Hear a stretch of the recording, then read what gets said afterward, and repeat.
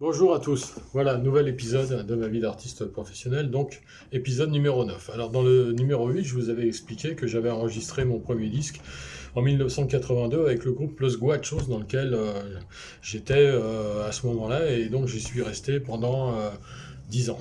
Voilà, et donc nous avions fait un premier 45 tours et ensuite un second un peu plus tard, mais je voulais vous parler de ce que j'ai fait au niveau enregistrement avant, parce qu'en fait j'ai pas commencé directement à enregistrer un disque. J'avais fait des enregistrements, j'avais 15-16 ans déjà avec un ami qui avait un magnétophone à bande, un gros magnétophone avec les grosses bandes, vous voyez, un Revox, 2 pistes. Et donc en passant d'une piste à l'autre, on pouvait faire des morceaux construits avec des instruments. Donc j'avais commencé à faire ça avec cet ami qui lui enregistrait. Moi je jouais déjà alors à la quena, etc., la guitare, un peu le charango. Et on avait fait quelques morceaux comme ça. Et ensuite, lorsque j'ai connu Jean-Michel Kerr, donc en 1978, par la suite, dans les temps qui ont suivi, nous sommes devenus amis, ce que nous sommes toujours aujourd'hui. Et donc, il avait lui aussi un Revox 2 pistes. C'était à grande mode à l'époque, c'était vraiment le home studio de l'époque, c'est-à-dire tout le monde avait enfin tous les musiciens un peu sérieux avaient un Revox 2 pistes. Bon, donc on a fait quelques enregistrements aussi avec lui, rejoint un peu plus tard par un autre de ses élèves qui s'appelait Michel Griffon, qui était également luthier et qui m'a fabriqué ce charango-là, avec lequel je joue régulièrement sur mes vidéos. Un charango que j'ai encordé un peu spécialement, puisque j'ai mis, au lieu d'avoir une seule corde à l'octave, j'en ai 4. Donc au-dessus, à octave au-dessus. Donc en baissant la tonalité générale de l'instrument, j'ai pu monter les cordes. Je ne sais pas si vous voyez la manœuvre. Donc ça, au lieu, c'est un charango qui pourrait être en la mineur, je l'ai mis en mi mineur et j'ai pu augmenter donc la tension sur des cordes très fines de ce charango grâce au fait que j'ai baissé la tonalité générale. Donc, je vous dis simplement entre parenthèses que j'ai trouvé un magasin de musique, pas de musique, qu'est-ce que je raconte, un magasin de pêche, d'articles de pêche à Paris, à côté des Invalides, où il y a tous les diamètres de la Terre, y compris du très très très très fin. Voilà, alors je vous donnerai l'adresse éventuellement si ça vous intéresse, mais c'est génialissime. Voilà, c'est grâce à ça que j'ai pu encorder ce charango. Bon, bref, donc j'en reviens à Michel Griffon, qui vient rejoindre Jean-Michel Kerr et moi. On fait des enregistrements de morceaux de Jean-Michel, mais également de folklore, d'autres, voilà. Et moi, je commençais à faire mes premières compositions à l'époque, déjà en 78-79. Voilà, j'en ai fait beaucoup, hein, j'en ai beaucoup à la SACEM, entre autres, SACD, etc.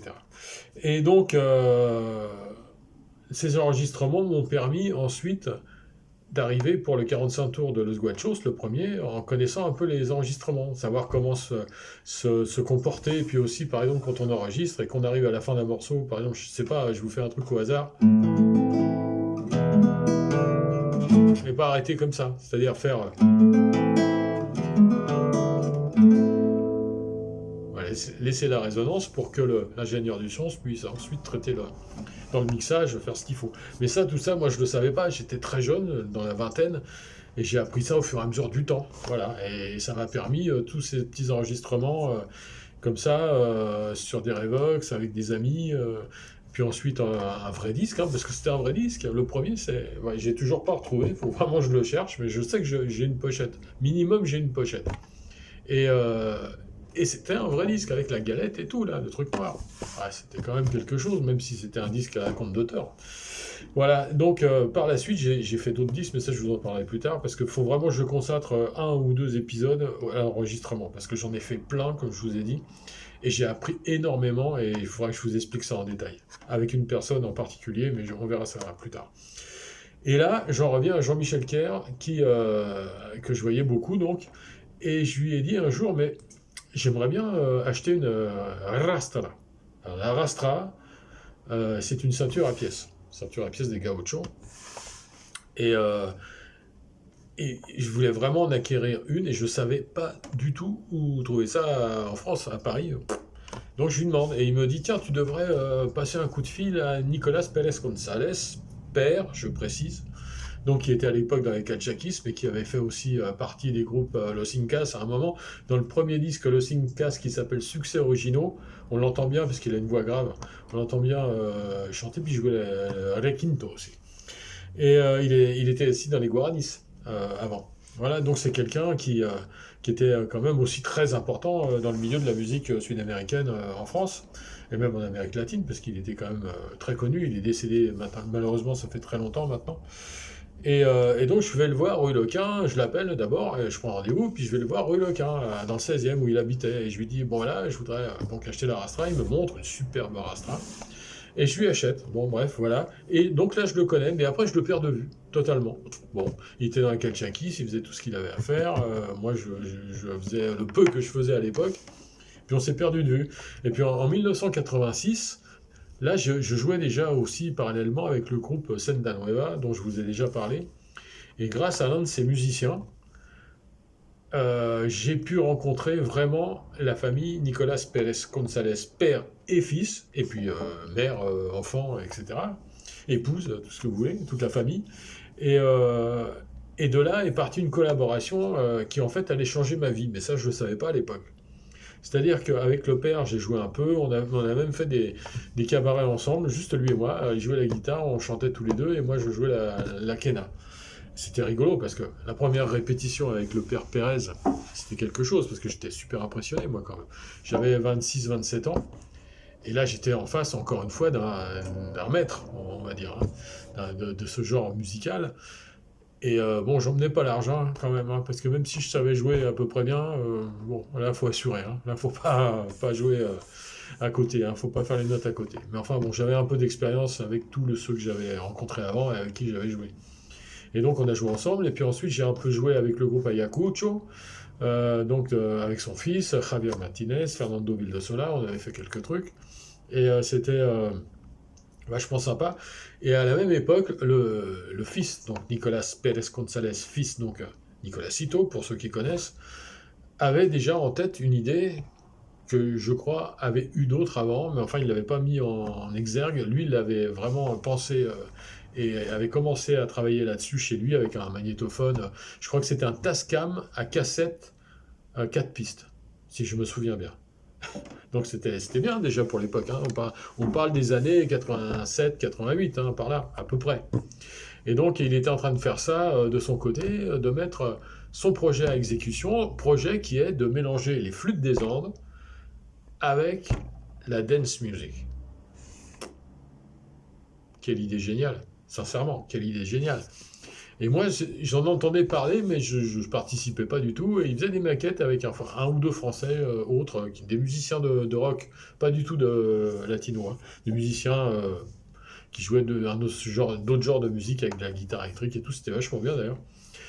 Et puis, à un moment donné, en 1992, j'ai arrêté de travailler avec Los Guachos parce que je pense, pour moi, j'avais fait le tour du sujet. Bon, puis c'était trop pareil pour moi. Moi, je suis quelqu'un qui aime la nouveauté, qui aime jouer des trucs à droite à gauche. Et quand on joue toujours les mêmes morceaux tous les jours, au bout de 10 ans, bon, ça va quoi. Surtout que moi, je leur proposais d'évoluer un peu, ils n'étaient pas trop d'accord là-dessus, ils voulaient rester bien carrés. Bon, c'est un choix, c'est respectable. Hein. C'est vrai qu'on travaillait beaucoup, on gagnait bien de notre vie. Mais moi, j'en ai eu assez, donc j'ai arrêté. Et je me suis retrouvé sans boulot, sans rien. Donc c'était en l'été 92. Et en septembre 92, donc ça n'a pas duré longtemps, hein, Nicolas Pérez González, fils, m'appelle, donc Nicolas Cito, et me dit, bon là je suis sur mon projet dont je t'ai parlé depuis plusieurs années, et là ça avance bien et tout, et on est deux, et il faudra un troisième, ce serait bien. Et quelqu'un qui joue un peu quand même des instruments latinos. Il me propose à moi. Donc je dis, bah écoute, il se trouve que ça y est, je suis libre. Il me disait depuis longtemps, tu devrais arrêter ça et puis venir travailler avec moi. Bon, moi j'étais engagé d'un côté. Moi je suis pas du genre à m'engager d'un côté et laisser tomber pour partir sur autre chose comme ça sans savoir. Là il se trouvait que c'est moi qui avais pris la décision d'arrêter, donc j'étais libre. Bon. Donc je suis parti avec Nicolas Cito pour faire des maquettes, participer aux maquettes du futur projet qui allait changer ma vie. Voilà. Je vais arrêter là parce que après ça mérite vraiment qu'on en parle en profondeur. Et je vais vous jouer un petit truc en attendant, pour faire un peu plus de minutes. Comme ça, vous en avez pour votre argent.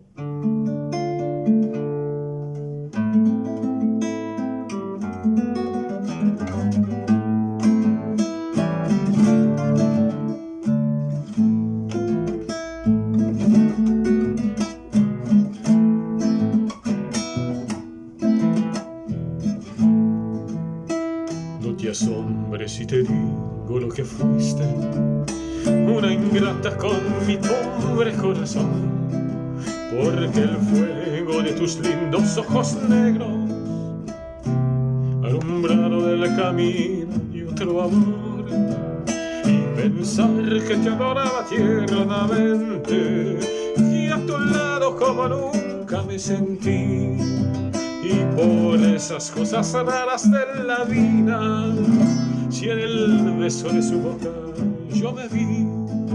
Amor de mis amores, alma mía, que me hiciste, que no puedo consolarme sin poderte contemplar, ya que pagaste mal a mi cariño tan sincero, lo que conseguirás que no te nombre nunca más. Amor de mis amores, reina mía, que me hiciste, ten cuidado que la gente de eso no se enterará, que gano con decir que una mujer cambió mi suerte, se burlarán de mí, que nadie sepa mi sufrir.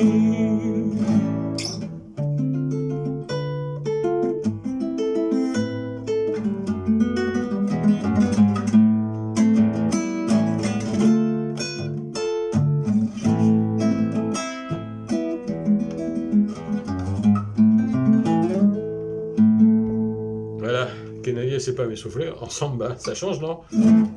Allez, je vous laisse et je vous dis à bientôt pour le prochain épisode où là, on va commencer les choses sérieuses, c'est-à-dire le show business.